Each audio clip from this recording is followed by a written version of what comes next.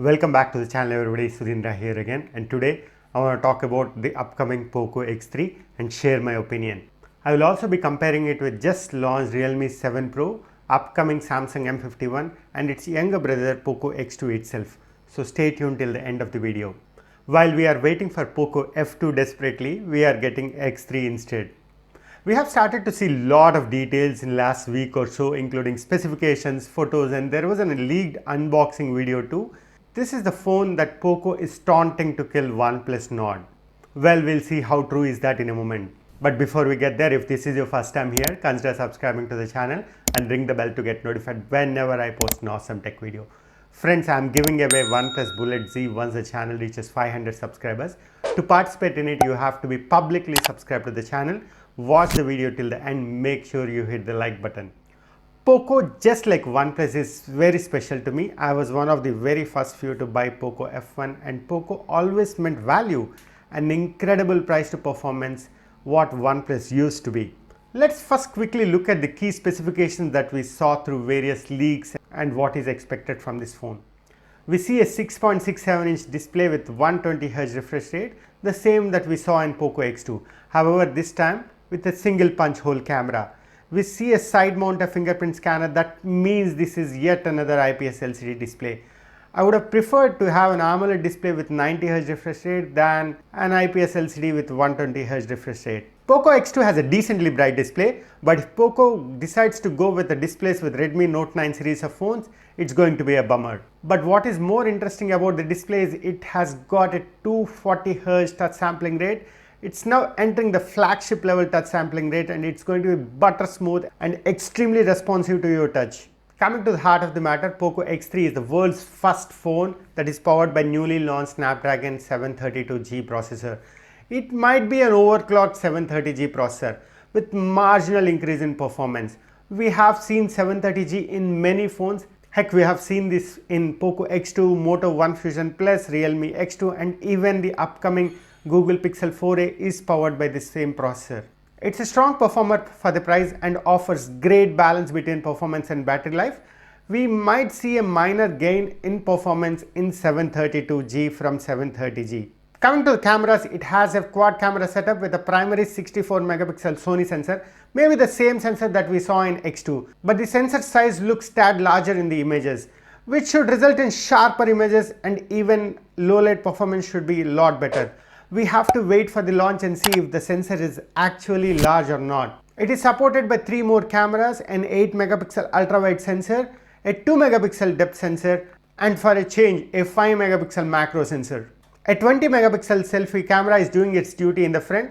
That means we lost the depth sensor that we saw in the present POCO X2. There is a bump in battery life too. This time we are seeing a 150 mAh battery, a 15% increase from POCO X2 and it also comes with 33 watt fast charger. This might be their biggest battery in India. You can leave a comment and let me know if there is a bigger battery from Xiaomi in India. Coming to the design, we have seen some renders, some images and we have even seen the unboxing. It looks more like a hybrid of POCO X2, Redmi Note 9 series phones and Mi 10 iPhone. It's not an impressive design, but hey, we cannot expect a lot from mid-range phones. I have to see how the phone looks and feels in hand. It's definitely a lot different from existing POCO phones. POCO is launching X3 tomorrow, 7 September and it may go on sale from second week of September. I am interested to see what variants this will come in. With POCO X2 currently selling at 17,500 for the base variant, there might be a 500 to 1000 increase in the price for this phone. If the 6GB variant comes at 18,000 rupees and it has an internal storage of 128 gigs, then I can recommend. POCO X2 was a great phone when it was launched and it's constantly one of the best phones under 20,000 and even after the year, the equation remains the same. I feel that POCO is under some pressure to release a successor for this winner and they are pushing this half-hearted work. There is no significant increase in the processing speed, not much difference in the cameras, and on the selfie side they lost a sensor and now becomes a single camera in the front. However, it looks like POCO has addressed the smaller battery issues with a bigger battery and a faster charger. Trying to have a different design from Redmi is yet another thing that POCO has tried with the X3 because they want to move themselves away from being called rebranded company. But I don't know how long it will work because the very next phone POCO M2 is rebranded Redmi 9 Prime. But unless the pricing is aggressive, by aggressive I mean the same pricing as Poco X2 or 500 more, I will still recommend you to go and buy Poco X2 against this one. And if Poco wants to pit this against OnePlus Nord, I don't have any words to say for that. Nord has a better processor with 5G, an AMOLED display, and more importantly, Oxygen OS. The only two advantages I see for X3 over Nord is the cameras and the pricing, if they price it nice. What can be a real challenger for OnePlus Nord? Redmi K30 Ultra as Poco F2. What do you say? Let me know in the comments below. Now, if you cannot compare this with Nord, what are the main contenders against this phone? We have recently launched Realme 7 Pro, upcoming Samsung M51, and biggest competition per me is Poco's own X2. I already said that if price increase is more than 1000, I will still recommend Poco's X2. So let's move to the other two phones.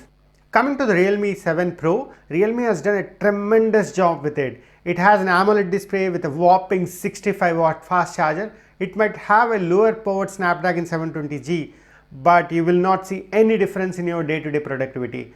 Coming to Samsung's M51, Samsung is calling it a meanest monster. M51 will be powered by Snapdragon 730G, and it might have the same primary camera and a humongous 7000 mAh battery and a stunning Super AMOLED Plus display, and it is the only non-Chinese option here.